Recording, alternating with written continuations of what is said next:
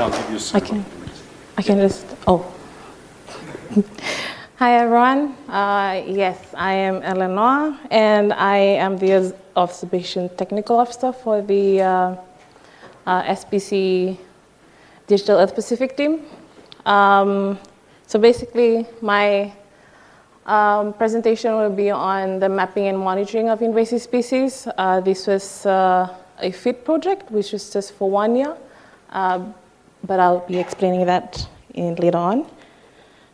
So this had 2 divisions collaborating in this project, which if you had no idea of, we actually have 9 divisions in SPC. And I am from the Geoscience and Energy and Maritime, and our colleagues from the Sustainable Forestry team are from the Land Resources team. So they were our forestry experts that were actually giving us advices on this project. So the background of this project was basically to support Tonga and Fiji in their forest and landscape restoration efforts. This was just to map the invasive species and get a model out of it, just so they're able to prioritize action and inform the policymakers on this. And again, as I've said, the GEM and the LRD team are collaborating and working closely with the Ministry and Fisheries and Forestry of Tonga and Ministry of Fisheries and Forestry of Fiji to run capacity building activities that used open source tools such as QField, QGIS, and also the Digital Earth Pacific platform to collect and analyze data. So the overall goal of all of this was just to improve the forest and landscape health, and this was funded by the Ministry of Foreign Affairs and Trade of New Zealand. So the ecological threats to biodiversity for this was the invasive species within the 2 countries were capable of causing extinctions of native plants and animals. This in turn had reduced the biodiversity of the native organisms for limited resources and also altering the habitats as well. And some of these native vegetations with also endangered species became especially vulnerable. So getting this model up and running was a huge positive effort. So during our Fiji and Tonga scoping visits in March last year, we identified invasive species like Meremia peltata, Codia aleadora, and I am going to say African tulip because I cannot pronounce that, and Lucina and Acacia species.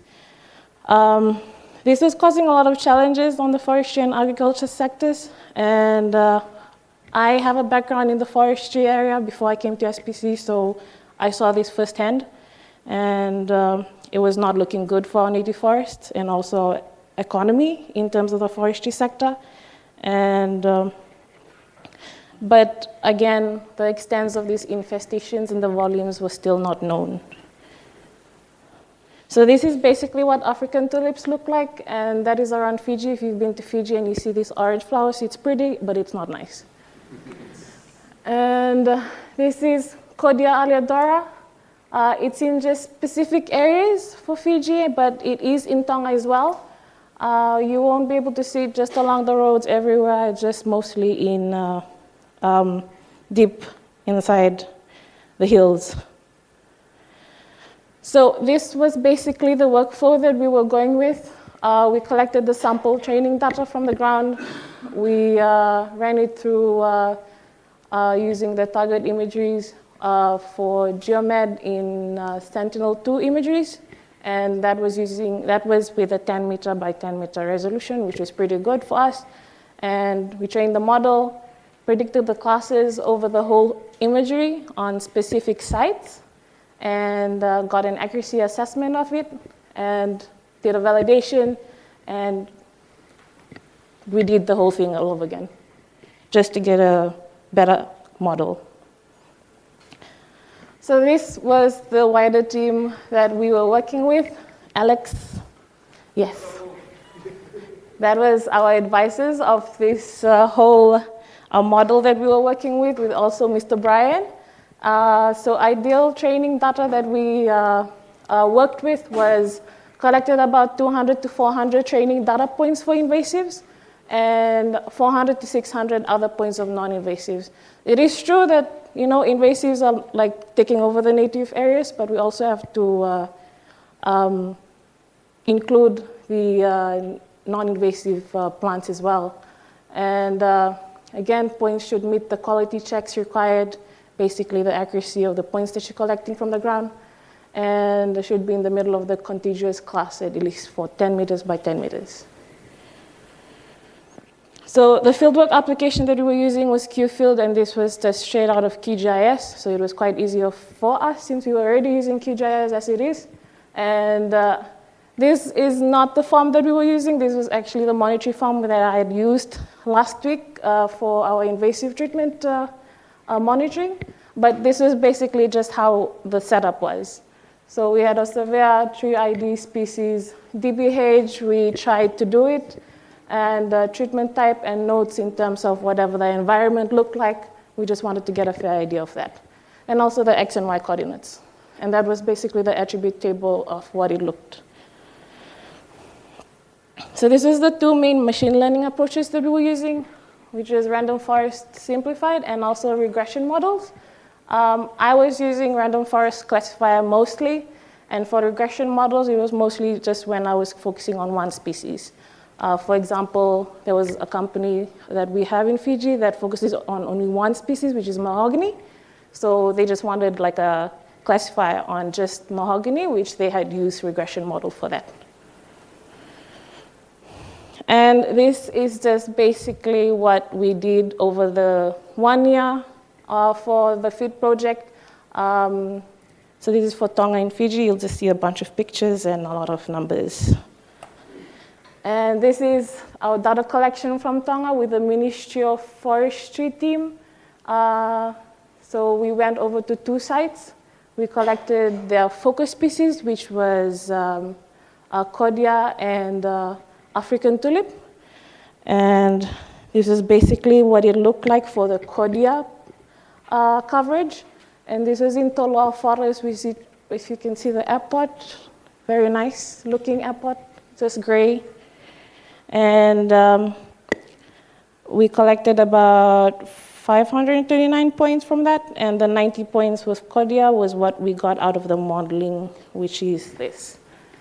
This is the final version of data collection on the Toloa ground points, and this was the 2024 imagery. Between the months of June and October. Why I'm saying June and October? Because that was during the flowering months. And if I did not mention it before, this was basically what we were focusing on, just trying to limit it down to the flowering months of this invasive species so it's easier to model it. And this was the raster analysis that I ran from QGIS, and one was basically the 1.97% of coverage of Cordia plantations on species on this area, and the rest of the numbers was just the other species. And this is a teleforest in just along the road. So the focus species here is African tulip because that's what they had identified there. There was also another species which was called Rappa, but I don't think that was identified as an invasive species for them, but they had just said. We will talk about that with them later on. And basically this is the coverage of it in Atele. And the red, if you can see, is what the African tulips were slowly taking over in that conservation area. And this was basically the raster analysis out of it, which was one is 0.80 of percentage of coverage of that specific area, which was 0.56 hectares. And this was a capacity building for QGIS and QField in Fiji, including machine learning. Again, their focus species was the same as Tonga, Cordia salmon, and also African tulip. This was our fieldwork and validation sites in the hills of the western area of Fiji, which is Nandarivatu. So we had done a data collection there. And this was one of the other sites that we had to visit, Wainimbuka Forest. And this was an African tulip infested area. If you ever choose to go to the eastern side of Fiji and go along like that to the western area, you can see just a lot of orange flowers. And this is basically the coverage of it. And not looking good for native trees, but they have been identified as an area that needs to be main focus. And basically the raster analysis out of that was just for that area of interest, 18 hectares was covered by African tulips. And this was the Nandarivatu area, as I mentioned before. We collected about 651 points. And that is the final version out of it. This is the 2018, using the 2018 imagery. And that's basically the coverage of it. And also we've included bamboo in it because they had a bit of interest in bamboo, if you guys are confused about it. So that was the coverage that we got out of the model. And as you can see, there's about 7.43 hectares of cordia now being covering in that area. So the story of that area is that place was actually planted in terms of harvesting it as timber. But that was around the 1990s, and that didn't go through because the mill industry just couldn't uphold to it. So now it's becoming invasive in that area. So this is the capacity building workshop that we conducted between Fiji and Tonga. So basically it was just for QField and QGIS basic training, open source tools, and constructing the individual field forms, including invasive forms, through QGIS for QField Cloud or Cable. So it was not just the key invasive species that we were focusing on, but it was also focusing on their project as well. So we tried to do both at the same time, but that caused us more stress, but it's okay. We made it through.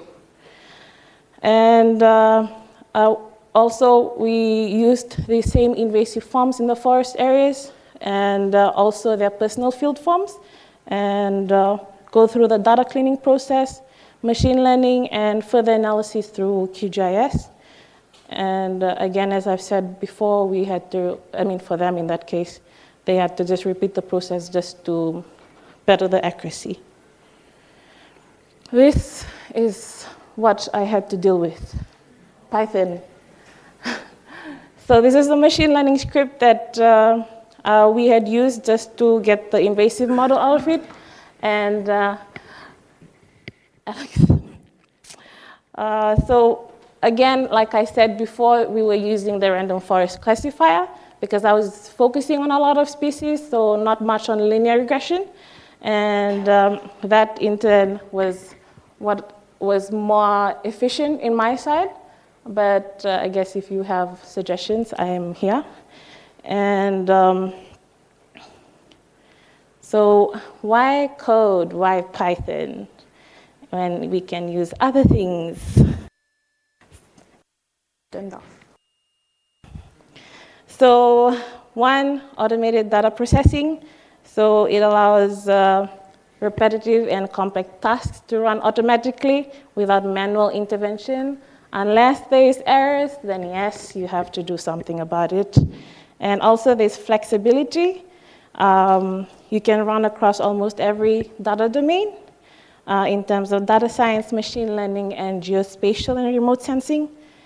And also it's user-friendly.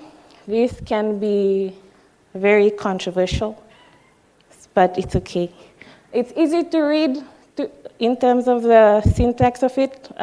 It's all just English and numbers, but I guess for first time, like I saw it the first time and I almost had an aneurysm. And it's a huge community, an extensive amount of documentation that's out there. So if you're willing to learn it, there's a lot that you can do with it.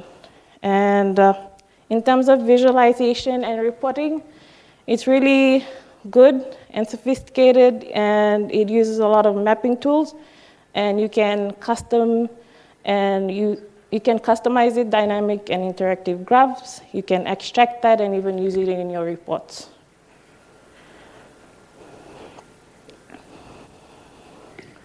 So what's next? I know you guys are saying like you're just mapping it, but what exactly are you doing after that? So we're in the stage of actually establishing research plots for the invasive treatment strategies. And last week, we just did the 1-month monitoring from the establishment.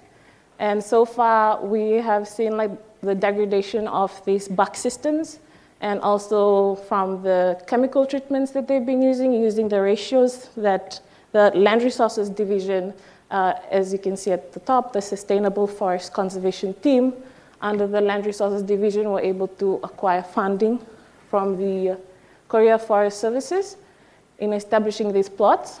So using different application methods, and using these application methods, the leaves that we can see were gradually falling off, and the color was turning a bit like, bye, I'm going. And this monitoring method will continue through a 3-month, 6-month to 1-year period. So hopefully we'll get a better outlook out of that from the Land Resources team. Minaka, thank you.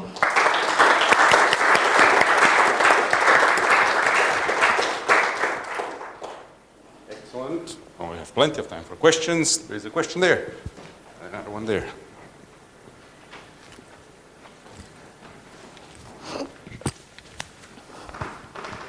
you go. Awesome talk. Thank you. I was just wondering, you mentioned that you took advantage of when the trees were flowering. Did you use that for identifying where the trees were, or for training them or use imagery from when they were flowering for training the model, or both? That wasn't asked very clearly. You mentioned the trees flowering. I guess did you do all of the analysis when the trees were flowering?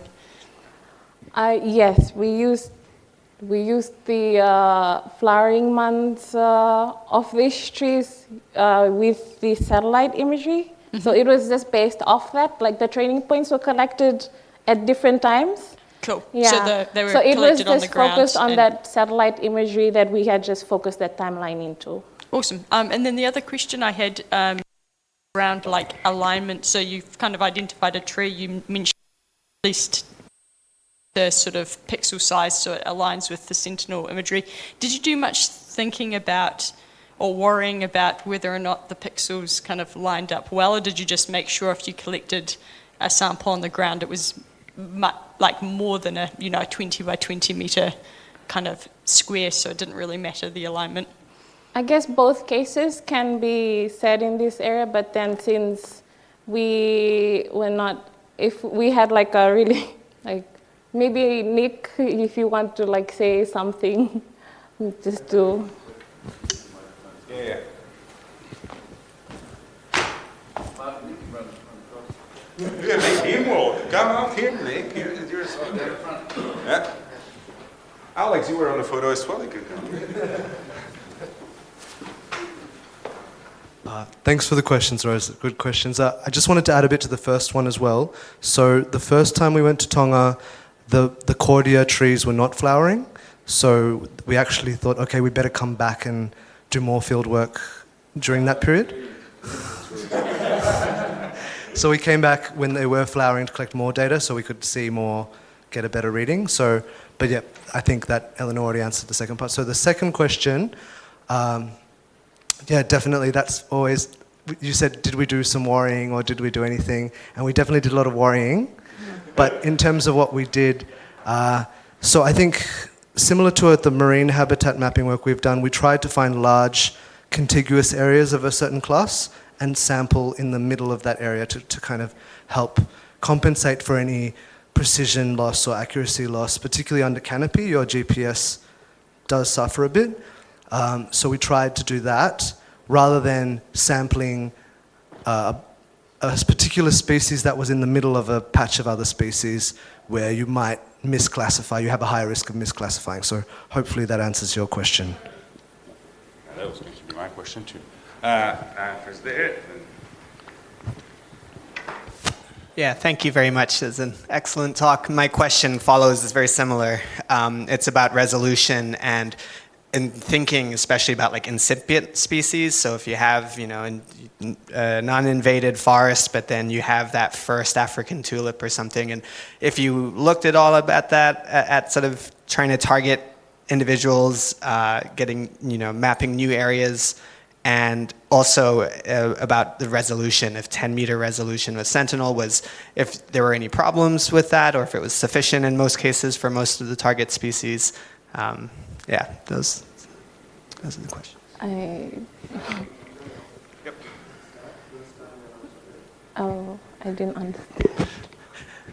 Sorry, it wasn't Can you say that again? it wasn't very well articulated. About spatial resolution, if 10-meter resolution was sufficient in most cases, and also if you had any challenges, or if you ever looked at trying to target sort of new species, new incipient individuals of some of these invasives in what was maybe previously thought of uninvaded forests.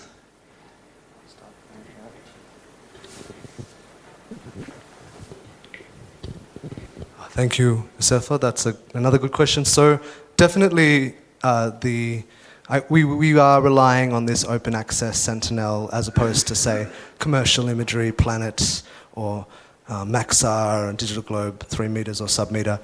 Of course, there's a trade-off there, and there are issues with 10-meter resolution limiting some of our model results. I'm sure we've compared to some results with higher resolution data, which do offer a better output, and that's true for some of the work we've done outside of this, in like marine habitats, for example, as well. So definitely, yes, resolution is an issue. I think in terms of dealing with that, I think one of the things we've tried to think about is, so with the canopy, if you think of, you just did a presentation on canopy, so the canopy, you'll have, I think for some of the species that we were looking at, I think African tulip and cordia, from my memory, when we did forest inventories, the average crown diameter, the canopy crown diameter usually ranged from, say, I want to say 5 to 15 or 5 to 20 meters. So it's not a huge canopy like an umbrella tree or a rain tree, where you have a really big canopy. So therefore, we do have a bit more of a challenge there. So I think, again, when we do our training of the model, we really try to think about that. So we try to just sample in areas where we know that this tree is what is at the top of the canopy, and it has a relatively large canopy cover. We probably won't sample from the smaller canopy trees. We'll sample from the larger canopy trees, and we'll try to sample from the trees that are the taller trees, I think, which might bias the model as well. That's something we need to look at. But it helps us to ensure we're reducing our risk of misclassification. Next question. Yeah, it was great. Thanks for presenting. My question was about the validation of the modeling of these trees, and specifically in the accuracy of the modeling. How well did it work? I mean, it seems to have worked quite well. You can definitely see in the rasters that. But in the process, did you find any difficulty with getting it to model correctly? And overall, how accurate did it end up being? I'm going to talk then. Well, I guess there was a bit of difficulties that we came across in terms of accuracy. I can say it was maybe about 90 to 95% based off the ground points that we collected, because that was only 2 specific sites that we had collected ground points from. But I guess the difficulties that we had was there was always some of these classes that had similar spectral signatures to each other. And, but when that came to it, we kind of just had to like go back into the cleaning process and try to remove any points that were like overlapped to each other. So that kind of just decreased the misclassification, and that similar spectral signatures, we're still working through it, and it's not really much what we can do, but we are trying our best to actually reduce that sense. Want to say something? Thanks for the question, and thanks, Eleanor. So I think Eleanor also were referring to some of those really small plots that we looked at. Those are really like less than, I think in the maps, I think many of them were less than 4 hectares or something. So it's quite a small area. I think when we tried to run the model across larger areas and areas that were not sampled, the accuracy would have decreased. But at the same time, we need to do more. We're still in the process of collecting more field points to do validation, and for that we really need to work with our partners in the Ministry of Forestry in the respective countries. So we don't have a final number for you on that, but there's definitely a trend in which at those smaller plot levels where we've sampled data, it's easier for us to get a higher accuracy and precision than when we're trying to generalize across wider, and particularly across wider biomes, different types of you might go from dry forest to rainforest. That's going to affect your results as well. I think with that, unless there's a burning question. I just wondering, is there any privacy concerns around the raw location data, or can it be openly shared? So I'll repeat the question for the recording. The question is whether there is any privacy concerns with sharing the data. The raw data itself, of the points that we had collected from the ground, I guess we... Okay. I have no say in that, but he can. I'm just running the model and just helping. No, it is a good question, Dr. Sharma. So from my understanding, it really depends on the arrangement that it's kind of a question that touches on data sovereignty as well. I know that you've done a lot of work on anonymization of data in indigenous contexts as well. For instance, in Tonga and Fiji, from our understanding, it will depend on what the Ministry of Forestry says, because we're working mainly with them on these surveys, so it's kind of property of the government, and so in some cases, the Ministry of Forestry will say, okay, this is fine, you can release this. I think the locations of invasive species isn't particularly sensitive. I think if it were something more like some of the more we've worked on a marine habitat project and looking at mangroves and seagrass and carbon stocks, and where there's a commercial value that comes into it, or when it's something like sensitive, like I think our colleagues here from SPC, they work a lot on exposure data, hazard, disaster risk, and exposure data, asset data. That kind of data is probably a bit more sensitive, and so that there would be more likely to be more of a limit on sharing that. But I think from our understanding, we'd have to answer your question, we'd have to talk to the ministry, but I don't think this is particularly sensitive data. And that is the closure of this session. Thank you very much, and thanks to all the speakers.